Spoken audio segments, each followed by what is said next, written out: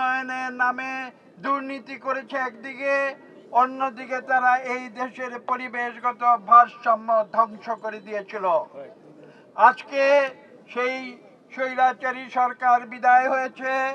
আমরা এদেশে মানুষের জন্য কাজ করি, এ দেশকে জন্য কাজ করি আমরা। কাজেই আজকে আমরা নতুন করে আবার আমরা সেই কর্মসূচি করছি এবং বাংলাদেশের প্রত্যন্ত অঞ্চলে শুধু নয়, রাজধানীতেও আমরা গাছ লাগাও কর্মসূচি নতুন করে শুরু করেছি। আপনাদের একটি বিষয় খেয়াল রাখতে হবে,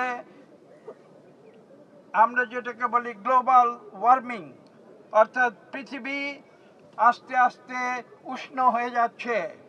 এখানে একটি তথ্য দিচ্ছি, বিজ্ঞানের তথ্য, সেটা হচ্ছে এই যে যদি এই বিশ্বের তাপমাত্রা কোনোভাবে 1-2 ডিগ্রি বেড়ে যায়, তাহলে কিন্তু বঙ্গোপসাগরে যে পানির যে সীমা, সেই পানি প্রায় 4-5 ফুট উপরে উঠে যাবে। এই বৈজ্ঞানিক তথ্যগুলো সম্বন্ধে বাংলাদেশের যারা নীতি নির্ধারক তাদেরকে সচেতন হতে হবে।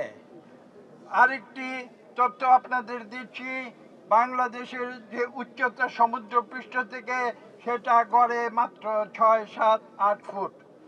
সেই উচ্চতা যদি 8 ফুট হয়ে থাকে এবং সমুদ্র সীমা যদি বেড়ে যায় কয়েক ফুট, তাহলে আপনারা চিন্তা করতে পারেন।